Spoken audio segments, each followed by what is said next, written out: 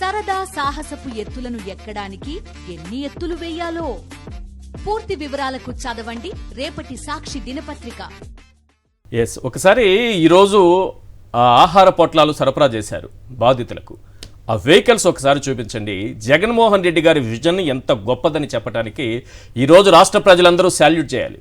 నిజానికి చంద్రబాబు నాయుడు వారు కూడా శాల్యూట్ కొట్టాలి. రిటైనింగ్ వాల్ విషయంలో పోయి ఏదో ఆయన నాదే ఇది అని ఏదో గొప్పలు చెప్పుకోవచ్చు, నా ఆలోచనే జగన్మోహన్ రెడ్డి గారు చేశారని చెప్పొచ్చు. బట్ జగన్మోహన్ రెడ్డి గారు చేసి చూపించారు, కట్టి చూపించారు. ఈరోజు వేలాది మంది కృష్ణలంక వాసులు గుండెల మీద చేసుకొని హాయిగా భద్రంగా జీవిస్తున్నారంటే జగన్మోహన్ రెడ్డి గారి విజన్. ఇక రేషన్ వెహికల్స్ ఒక్కసారి ఆ దృశ్యాలు చూపించండి. ఈరోజు అదే వెహికల్స్లో ఏ వెహికల్స్ అంటూ వ్యర్థమని చంద్రబాబు నాయుడు గారు అధికారంలోకి రాగానే మాట్లాడారో ఆ వాహనాల ద్వారానే ఈరోజు ఆహార పొట్లాలు సరఫరా జరుగుతోంది. అది జగన్మోహన్ రెడ్డి గారి విజన్. ఈ పక్క చూస్తున్నాం జగన్మోహన్ రెడ్డి గారు ప్రారంభించినటువంటి వాహనాలకు సంబంధించిన దృశ్యాలు.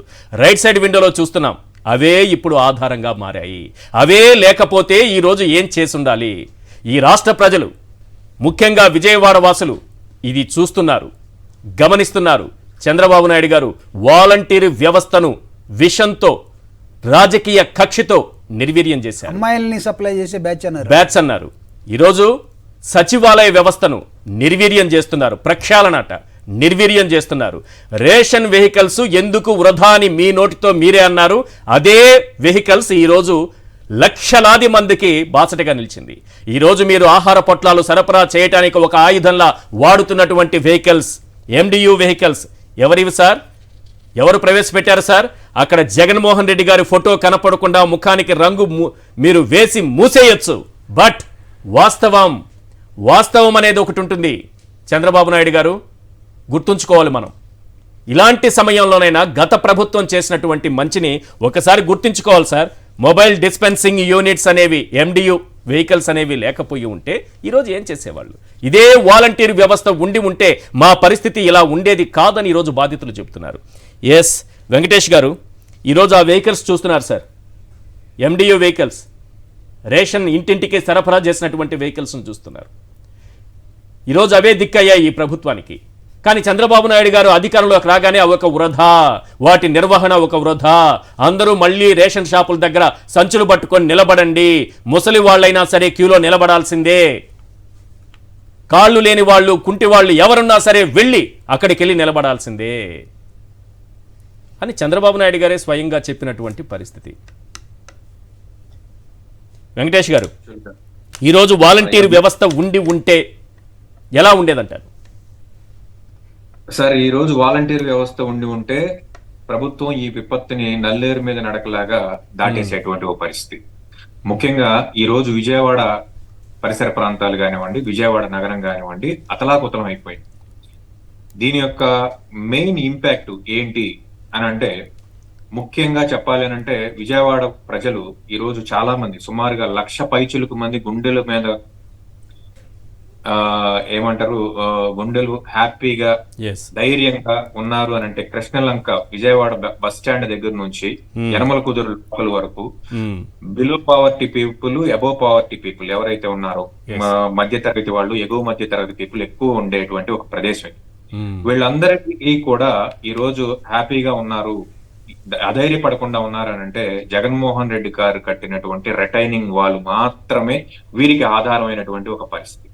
ఈ రోజు జగన్మోహన్ రెడ్డి గారిని అక్కడ ఓడించాము, తప్పు చేశాము అని మేము లెంపలేసుకుంటున్నాము, ఇటువంటి పరిస్థితి మేము ఎప్పుడు ఊహించలేదు అని చెప్పేసి ప్రజలు హృదయ విదారకంగా ఏడుస్తున్నటువంటి ఒక పరిస్థితి. మరొక విషయం ఏంటంటే, నేను గత డిబేట్ లో చెప్పినట్టు జగన్మోహన్ రెడ్డి గారు ప్రజల్లోకి వస్తే తక్షణ న్యాయం జరుగుతుంది. ఈ రోజు ఉన్నటువంటి పరిస్థితుల్లో, ఈ రోజు అసెంబ్లీలో ఉన్నటువంటి బలాబలాలు పక్కన పెడితే, జగన్మోహన్ రెడ్డి గారు ప్రజల్లోకి వచ్చి నిలబడితే ఖచ్చితంగా తక్షణ న్యాయం జరుగుతుంది అనడానికి మనకు ఒక ఉదాహరణ. ఈ రోజు ముఖ్యమంత్రి గారు కమాండ్ కంట్రోల్ సెంటర్ వదిలేసి ఆయన ఈ వరద నీళ్ళల్లో, ఈ వయసులో వరద నీళ్ళలో తిరిగి ఆయన జరిగినటువంటి డ్యామేజ్ ఏదైతే ఉందో ఆ డ్యామేజ్ ని రికవర్ చేసుకోవడానికి ప్రయత్నిస్తున్నటువంటి ఒక పరిస్థితి. డ్యామేజ్ అంటే తనకు జరిగిన డ్యామేజ్, ప్రభుత్వానికి జరిగిన డ్యామేజ్. ఇందులో మొహమాటం ఏమి లేదు. ఏ ప్రభుత్వం అయినా కానీ ప్రభుత్వం తాను ముందు చూపు లేకుండా పోవటం అనేది ప్రస్ఫుటంగా మనకి తెలుస్తుంది. ఆ రిటైనింగ్ వాల్ అనేది లేకపోతే అసలు విజయవాడని మనం కళ్ళతో చూసేటువంటి పరిస్థితి కాదు. ఓకే. ఎందుకంటే విజయవాడలో ఉన్నటువంటి పరిస్థితి ఎలా ఉంటాయంటే ఈ రిటైనింగ్ వాల్ మధ్యలో ప్రజలు, మళ్ళీ పక్కనే ఉన్న మళ్ళీ బందర్ కాలువ ఉంటుంది. ఈ 2 కాలువలకి లేకపోతే ఈ 2 ప్రదేశాలకి మధ్య సుమారుగా 1,00,000 పైచిలుకు జనాలు కాపురం చేయాల్సినటువంటి పరిస్థితి వచ్చాయి. గత ప్రభుత్వం యొక్క ముందు చూపు, నేను చాలా సార్లు అనుకున్నాను, ఇంత పెద్ద గోడ కన్స్ట్రక్షన్ చేయడం ఈ 5 సంవత్సరాల టెన్యూర్ లో జరుగుతుందా? ఎందుకంటే గతంలో చంద్రబాబు నాయుడు గారు 10 సంవత్సరాల పాటు దాన్ని సాగదీస్తూ ఉన్నారు. ఇటువంటి ఒక గోడ కంప్లీట్ కాకపోతే అలాంటి పరిస్థితులు వస్తే ఏంటి మా పరిస్థితి, విజయవాడ పరిస్థితి ఏంటి అని అనుకున్న క్షణంలో ఆయన రిటైనింగ్ వాల్ కంప్లీట్ చేసి ప్రభుత్వాన్ని విడిచి వెళ్ళినటువంటి పరిస్థితి. అయినప్పటికీ కూడా ఈ రోజు ప్రతి ఒక్కళ్ళు కూడా జగన్మోహన్ రెడ్డి గారిని తలుచుకోని వాడంటూ వాడు బెజవాడలో లేడు అనే పరిస్థితి ఈ రోజు నెలకొంది.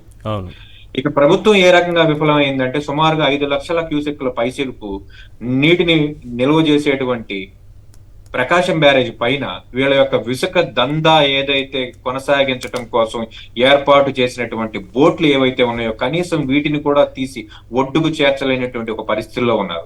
దాని యొక్క భారాన్ని లేకపోతే ఆ చర్య యొక్క నేరాన్ని ఈ రోజు ప్రతిపక్షం మీదో దీని మీద మళ్ళీ ఏదో ఉగ్రవాద చర్యలాగా దీన్ని ఏదో క్రియేట్ చేసి దీని మీద మళ్ళీ నేను ఎంక్వైరీ చేస్తాను, వాళ్ళని పట్టుకుంటాను, ఈ బోట్లు ఎక్కడి నుంచి వచ్చినాయి అనేది ప్రపంచం మొత్తానికి తెలిసినటువంటి ఒక పరిస్థితి.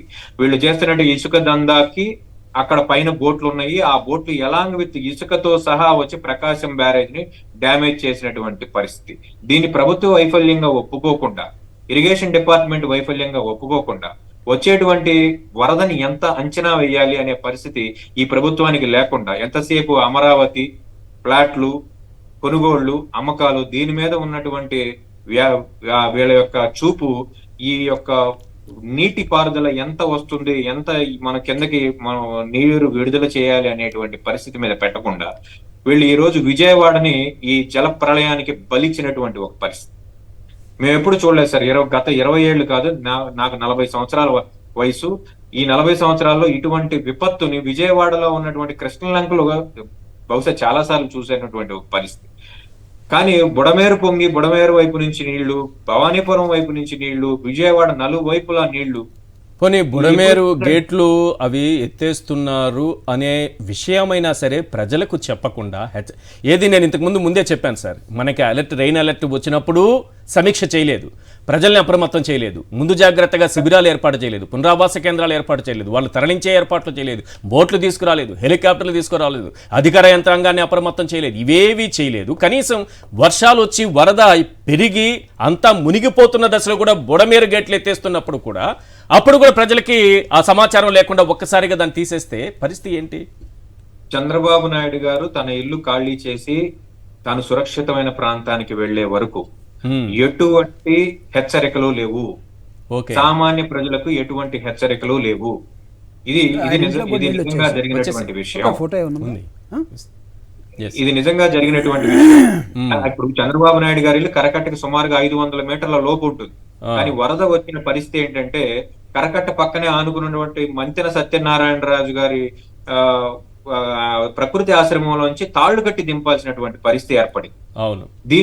దీనిని ఈ ఫ్లడ్ ఎఫెక్ట్ ని మనం అంచనా వేయకపోవటమే దీని యొక్క భారీ మూల్యానికి ఈ రోజు విజయవాడ అతలాకుతలం అయిపోవటానికి మేజర్ కారణం అండి. అందరూ కూడా అజిత్ సింగ్ నగర్ ఇలాంటి ప్రాంతాల్లో ఉండే వాళ్ళందరూ కూడా కడు నిరుపేదలు సార్. వీళ్ళంతా కూడా కడు నిరుపేదలు, రెక్కాడితే గాని డొక్కాడినటువంటి ప్రజలు. వీళ్ళందరూ కూడా ఇవాళ ఈ యొక్క డిజాస్టర్ మేనేజ్మెంట్ వైఫల్యానికి మొత్తం విజయవాడ నాశనం అయిపోయిందనే చెప్పాలి. ఆ వెహికల్స్ మళ్ళీ ఒకసారి చూపించండి సార్. ఆ వెహికల్సే లేకపోతే జగన్మోహన్ రెడ్డి గారి విజన్ నిజంగా ఎంత గొప్పదని చెప్పడానికి ఈరోజు అదే వెహికల్ని తీసుకుని వచ్చి చంద్రబాబు నాయుడు గారు ఆహార సరఫరాకి వాడుకుంటున్నారు. కానీ దురదృష్టం కొద్దీ మీరు అంటే చంద్రబాబు నాయుడు గారి గవర్నమెంట్కి చెప్తున్నా దానిపైన ఉన్నటువంటి జగన్మోహన్ రెడ్డి గారి ఫోటోకి మీరు రంగులు పూయించగాని ఆయన విజన్కి మాత్రం పూయలేరు సార్. ఆయన విజన్కి మీరు రంగులు పూయలేరు. ప్రజలకు తెలుసు కదా అది ఏ వెహికల్స్ అని తెలుసు కదా. ఆయన విజన్కి పూయగలరా? పూయలేరు. ఆయన ఆలోచనకి పోయగలరా? పోయలేరు. ఫోటో కూడా మారినట్టుంది. అదే సార్ నేను అంటుంది. ఇప్పుడు జగన్మోహన్ రెడ్డి గారి మొహానికి అక్కడ దాని మీద ఉన్నట్టు మొహానికి ఏదో ఒక ప్లాస్టర్ అయితే వేయగలిగారు. కానీ ఈ రోజు విజయవాడ నగరంలో వరద బాధితుల్లో ఉన్నటువంటి ప్రజల యొక్క గుండెల్లో జగన్మోహన్ రెడ్డి విజన్ కి ఉన్నటువంటి దానికి ఈ వీళ్ళు ఏదేస్తే మాత్రం ఆగుతుంది సార్. ఈ రోజు కరకట్ట ప్రాంతంలో ఉన్నటువంటి అందరూ కూడా సురక్షితంగా ఉన్నారు అని అంటే అది జగన్మోహన్ రెడ్డి గారి వల్ల. ఈ రోజు అందరికీ నిత్యావసర వస్తువులు ఇలా వీళ్ళు చూపిస్తున్నటువంటి మొబైల్ డెలివరీ వ్యాన్స్ ద్వారా వెళ్తున్నాయి అంటే అది జగన్మోహన్ రెడ్డి గారి వల్ల. ఇది ఒక నాయకుడికి ఉండాల్సినటువంటి విజన్ అండి. ఇదేంటంటే ఒక దార్శనికుడిగా ఆయన తాను చేసింది ప్రచారం చేసుకోవడంలో వైఫల్యం చెందాడు కానీ ప్రజలకి చేయాల్సినటువంటి మేలు ఈ విషయంలో ఏనాడు కూడా నిద్రపోయింది లేదు. ఇదే ప్రచారం, ఇంకా ప్రచారం అంటే సపరేట్ గా ఈక్వల్ అంటే దీని మీద దుష్ప్రచారం ఎక్కువ ఉంటుంది కదా. జగన్మోహన్ రెడ్డి గారు చేసిన మంచిని చెప్పుకోలేదన్నారు, అది కరెక్ట్. దానితో పాటు ఓ section of media Chandrababu Naidu గారు చేసే దుష్ప్రచారాన్ని ప్రజల్లోకి బలంగా తీసుకెళ్లే వ్యవస్థ వాళ్ళ దగ్గర ఉంది, అది జనంలోకి ఎక్కువ వెళ్ళింది సార్. ఇప్పుడు అపార్ట్ ఫ్రమ్ ఈ 2-3 న్యూస్ ఛానల్స్ తప్ప ఈ రాష్ట్రంలో వాళ్ళు ఏది అనుకుంటే ప్రజలకు అది చూపించడానికి ఒక దండుని క్రియేట్ చేసుకున్నారు. ఇది ఇప్పటిది ఏదో కొత్తగా చేసింది కాదు. సుమారుగా ఒక 20-30 సంవత్సరాల నుంచి మీరు ఏమి చూడాలో వాళ్ళు డిసైడ్ చేస్తారు. కరెక్ట్. వాళ్ళు డిసైడ్ చేసిందే మీరు చూడాలి, వాళ్ళ విజనే మీకు కనాలి. వాళ్ళ విజన్ 2020 అంటే మీరు అందరూ విజన్ 2020 అనాలి, 2050 అంటే మీరు అందరూ 2050 వైపు ఆశగా నోరు తెరుచుకుని చూడాలి. వాళ్ళు అమరావతి అంటే అమరావతి అనాలి, మీరు వాళ్ళు సింగపూర్ అంటే మీరు సింగపూర్ అనాలి. ఇంకా బాగా అర్థం కావాలంటే జనానికి మీరు చెప్పిన పాయింట్లు ఇంకా బాగా ప్రజలకు అర్థం కావాలంటే చంద్రబాబు నాయుడు గారు సోనియాని దెయ్యం అని అంటే ఆ దెయ్యం అని మనం అనుకోవాలి. దేవత అని అన్నారు అనుకో, ఇమీడియట్ గా దేవత అనాలి. మోడీ గారు ఒక టెర్రరిస్ట్ అన్నారు, టెర్రరిస్ట్ అని మనం అనుకోవాలి. మోడీ గారే విజన్ ఉన్న నాయకుడు అనగానే అవునవును విజన్ ఉన్న నాయకుడు మోడీ గారే అని అనుకోవాలి. కరెక్ట్ గా మన మైండ్ కి ఇదే వేస్తారు సార్ వాళ్ళు.